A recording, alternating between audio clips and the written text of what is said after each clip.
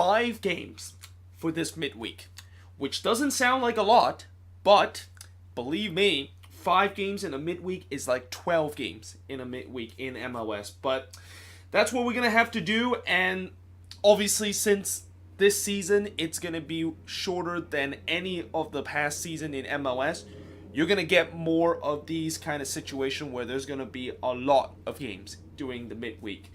But that being said, let's actually begin with the first one, which is NYCFC taking on Chicago. NYCFC finally got their first win in the last game against DC United with a record of 1-5-1. While the Chicago Fire, they of course won in the last match. They beat Colorado 4-1 at home with a record of 2-3-2.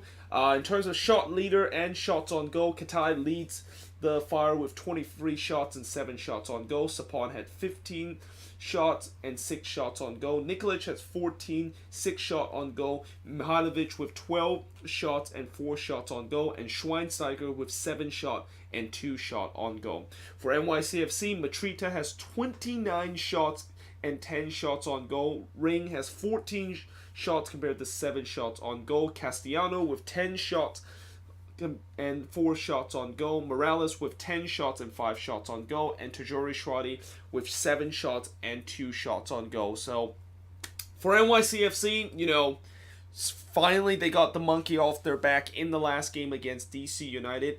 Now the question is, can they start a bit of a run? And their schedule is definitely softened up a little bit. And although Chicago shouldn't be a team that they would take lightly, considering the fact that the Fire is a team that can win on the road and they have a very good attack, it will be very interesting to see how what NYCFC would do. I mean, the last game when they played against DC United, that was kind of what NYCFC was last season, where they pretty much shut down their opponent and they had chances that they created to basically put the ball into the back of it, which they did that. And let's see if they can do it again in this game. And as for the Fire, well, the last game was probably the best game that they play all season long, but it was against Colorado, which, not to be disrespectful to the Rapids, it was Colorado. Okay, most team can beat Colorado, especially of how the Rapids has gone this season. So we'll see if they can do it on the road against NYCFC. Next up, and speaking of DC United, they play against the Columbus Crew, and these are two teams that are kind of took a little bit drop in form and kind of struggling right now. Columbus, their record is 4-1-3, while DC are 4-2-2. Surprisingly, DC is still on top of the Eastern Conference, but that's because they played the most game out of everybody in the Eastern Conference, while Columbus, I believe they're currently third in the Eastern Conference. They lost the last game 3-1 to Portland in the Caleb Porter Derby, while DC, of course, as I mentioned, they lost 2-0 to NYCFC at home. In terms of shot leaders, for Columbus, Rabinho with 15 shots and 7 shots on goal. Zardes with 13 shots and 5 shots on goal. Santos with 13 shots and 4 shots on goal. Higuain with 10 shots and 4 shots on goal. And Saro with 8 shots and 2 shots on goal. For DC, Wayne Rooney with 22 shots and 8 shots on goal. Lucho Acosta with 15 shots and 6 shots on goal. Paul Arriola with 9 shots and 3 shots on goal. Frederick Brilliant with 8 shots and 3 shots on goal. And Rodriguez with 7 shots and 3 shots on goals. And for both of these teams, they definitely are desperate to try to get a win, consider the fact that, as I mentioned, both of these teams have kind of dropped in a little bit of a form. And Columbus, the problem that they are having lately is goal scoring, which shouldn't be a big surprise because this team tends to struggle in terms of scoring goals. And for DC, they are kind of having the same problem too, where they just cannot score a lot of goals. I mean, besides the Rapids game that they score 3 goals on the road, I don't think they actually score a goal in the last couple of games. I know they got shut out by Montreal, and they also got shut out by LAFC. So, yeah, in the last 3 out of their last 4 games, they have definitely not done. They have not been able to score a goal, and against a Columbus team that is very good defensively, that's gonna be one that for DC it's gonna be tough to try to break through, and especially that this game is on the road. And although DC has done much better on the road than they have done at home, which is just the complete opposite of what happened last year, I don't know. Columbus, they want to try to, like, if Columbus are doing something that they did last year where they got off to a good start and then they kind of drop in a little bit of form, but as soon as they drop in a little bit of form and start losing a couple of games, they start winning again. So maybe that's what Columbus is going to do again this year, where, in the last couple of games things haven't gone right, but now they're going to try to get things right again by winning this game and get on a roll again. But next up, speaking of struggling teams, New England, they play against Montreal, and as I said, these two teams are also teams that is struggling right now. New England has a record of 2-1-5. Montreal has a record of 3-2-3. Now, New England did win 1-0 against the Red Bulls, but still, I think for the Revs, this team, this is kind of a team that they would, of course, get resort from there and there, but overall, they're just not a good team whatsoever. I mean, their defense, midfield, and attack is just very mediocre at best. Well, for Montreal, of course, they lost 3-0 to the Union, and that was a game that pretty much shows that Montreal is starting to sink a little bit, and that them kind of like just treading water and try to stay afloat while they do not have Piatti in the starting 11. And again, I don't know if Piatti is going to be in this game. I'm assuming probably not, because this is a midweek game, and that unless Piatti just completely heals up miraculously, I don't think he's going to be available for this game. And that is another game where Montreal is not going to have Piatti, and that, as I mentioned many times before with the Impact, without Piatti, this Montreal team looked like one of the worst teams in the Eastern Conference. Now, in terms of the shots leader for New England, Carlos Hill with 18 shots and 6 shots on goal. Theo Bunbury with 12 shots and 1 shot on goal. There was a tweet that, I forgot who exactly sent this, but they said that after almost 11 hours, Theo Bunbury finally get a shot on goal. I mean, that is just insane. The fact that, and Theo Bunbury, he's an attacker. It's not like he's a defender where he's gonna go a long spell without putting a shot on goal. He's one of the attacker for New England, and he spent almost 11 hours without putting a shot on goal. Yikes. That just shows how bad that this New England attack is. Panea did have 10 shots compared to, well, he has 10 shots and 3 shots on goal. I don't know why I say compared to. Fagundes had 8 shots and 3 shots on goal, while Castillo with 8 shots and 1 shot on goal. So relatively, the number of shots that New England is taking is pretty low. Now for Montreal, Taidier leads the team with 21 shots and 10 shots on goal. Okawanko has 14 shots compared to 4 shots on goal, or 4 shots on goal. I gotta stop saying compared to. Every time I look at these numbers, it's like a number compared to another team. So yeah, Urruti has 8 shots and 3 shots on goal. Piatti, of course, with 7 shots and 4 shots on goal, but like I said, he's been missing in action for Montreal for the last couple of weeks because of an injury, so that's why his number is very low. If he was still with this team, he would have been right up there with Safia Taidier in terms of the shot leader and the shot on goal. Novello with 6 shots and 3 shots on goal, and like I said, I think this could be a very low-scoring game, considering both of these teams don't usually score a ton of goals, and that maybe this is going to be a 0-0 game. I mean, something tells me Montreal, they're going to try to park the bus again. And, in the last game when they did that against the Union, yeah, it did not work out so well, did it? But against New England, I think it would work out a little bit better, mainly because New England, they don't have a good attack, and they just don't really have guys that can break down a bunker that what Montreal is. Although I think if you're a Montreal fan, as much as you want to get out of this game with a point, at the same time, you also want to get all 3 points in this game too, because New England is not a good team, and if you get a point on the road, which might be good for you when you don't have Piatis, I feel like they could have done a little bit better, and I don't think they're gonna just completely bunker the whole game, just like what they did against the Union, and say that we're gonna just take our point, and then hopefully once Piatti comes back, or even the signing that they just made a couple of days ago with Omar Browning coming into this team, then we will be good again and start picking up 3 points again. But next up, Minnesota. They play against the Galaxy, and I should say the red-hot LA Galaxy, because the Galaxy, their record is 6-0-1. They have won 5 in a row, and they are chasing down their crosstown rival LAFC for that top spot in the Western Conference. Well, Minnesota, things have not gone well again, and it seemed like Minnesota this season, they are started to become a little bit inconsistent.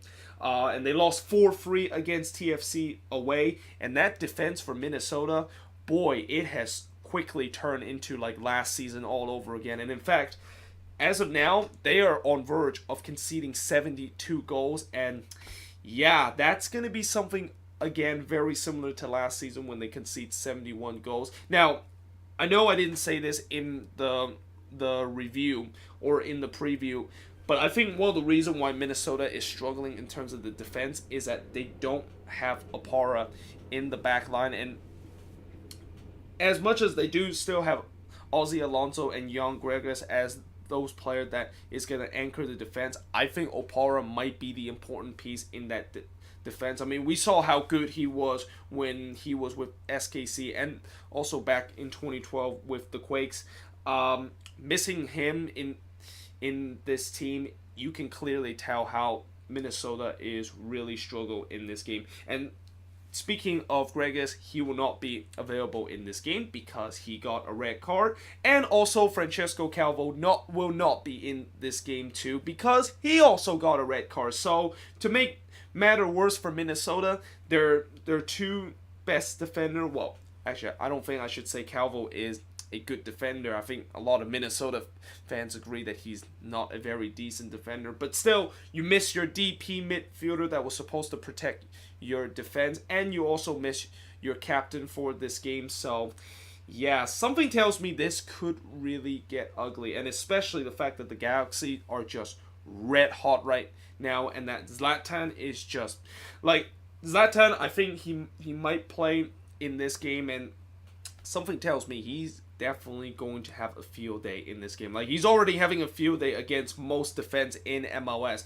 but now facing against a Minnesota defense that is just like a paperclip fin, something tells me he's going to score a couple of more goals. And knowing that today he saw Carlos Vela score 2 more goals, he knows that he's got to score a couple of more goals if you want to chase him down in this golden boot hunt. But in terms of the shot leader for both of these teams, Minnesota, they have Quintero leading the shot leader with 18 shots and 8 shots on goal. Angelino Rodriguez with 15 shots and 4 shots on goal. Gregus with 11 shots and 4 shots on goal. Calvo with 11 shots and 4 shots on goal. Ibarra with 10 shots and 6 shots on goal. And that's actually Romero Ibarra that is have 10 shots and 10 shots on goal. While for the Galaxy, Zlatan with 27 shots and 9 shots on goal. Pontius with 9 shots and 2 shots on goal. Alessandrini with 8 shots and 3 shots on goal. Sterios with 8 shots and 3 shots on goal. And JDS with 7 shots and 3 shots on goal. And I have a feeling the Galaxy is probably going to win this one. I know it's a road game for them, but knowing how good they have been, and they are probably one of the hottest team in the league, something tells me this could be very bad for Minnesota. Even though Minnesota is playing at home, when you face a red hot team like the Galaxy, and knowing that you the last 2 games you have conceded a total of 7 goals, this is not gonna be a game where you're really gonna looking forward to. And finally, it's the trap game of the week. So the Quakes, they are going to be going on the road against the Seattle Sounders, fresh off of that 4-1 win against Sporting KC. The Sounders, of course, they lost 4-1 to LAFC, and Seattle, of course, have a 5-1-1 record, while the Quakes have a 2-0-5 record. And like I said, this is a classic example of a trap game for the Sounders, because the Sounders, they are probably thinking about Sunday, and they are definitely thinking about how they want revenge and want redemption against LAFC after they got absolutely torched by them at Bank of California Stadium.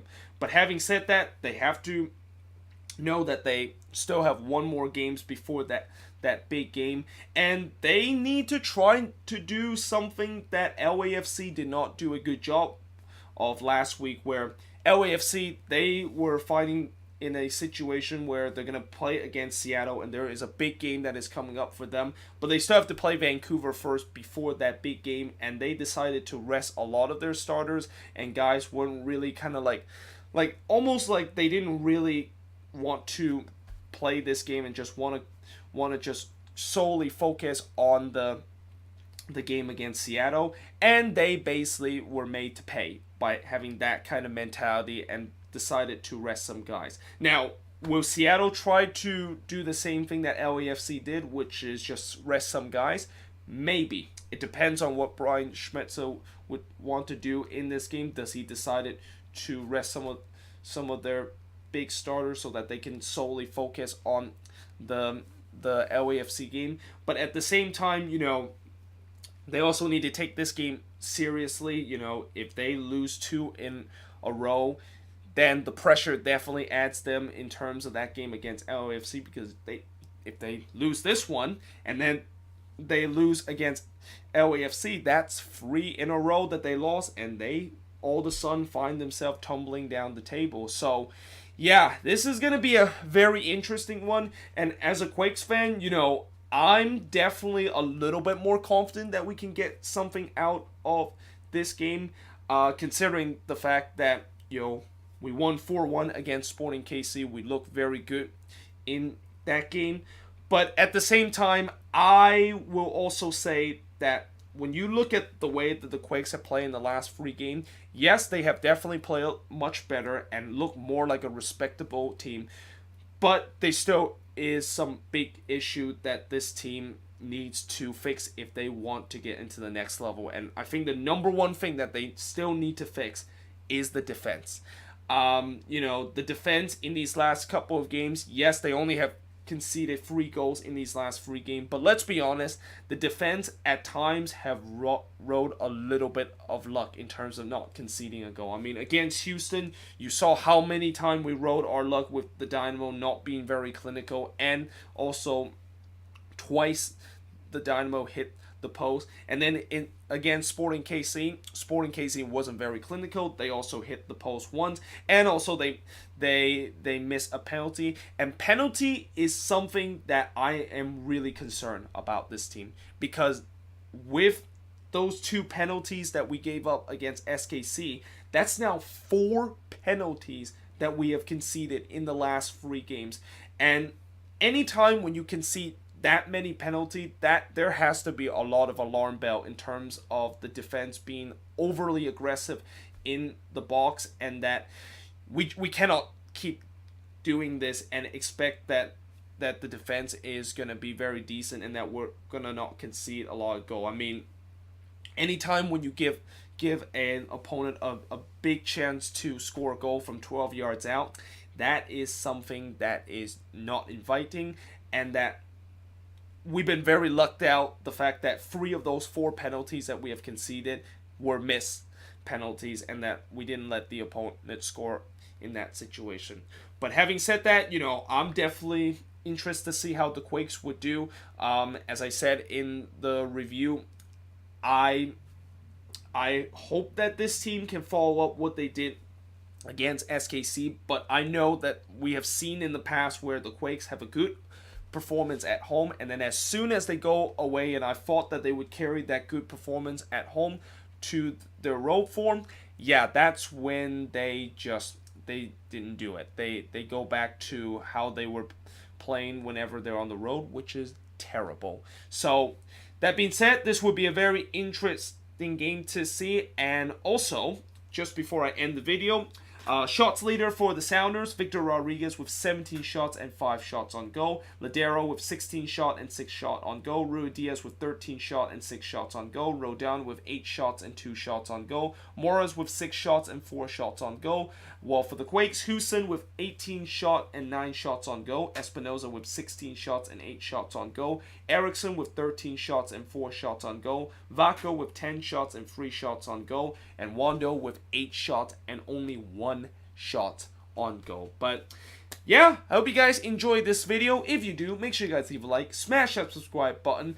Make sure you guys check out my review that I did in the previous match week, and also make sure you stay tuned for the review of all these games when I will most likely do it on Thursday, because I know this game kicks off at 7:30, and if I do the review after this game, I would go up to like around 10:30, and I have to go to school the very next day at 6:30 in the morning. So doing a review late at night like that, that's not gonna cut it. So I'm just gonna do this on Thursday, and then I'll also do the preview for the MLS Matchweek number 9 games on the same day. So yeah, hope you guys enjoyed this video, and I will see you guys next time.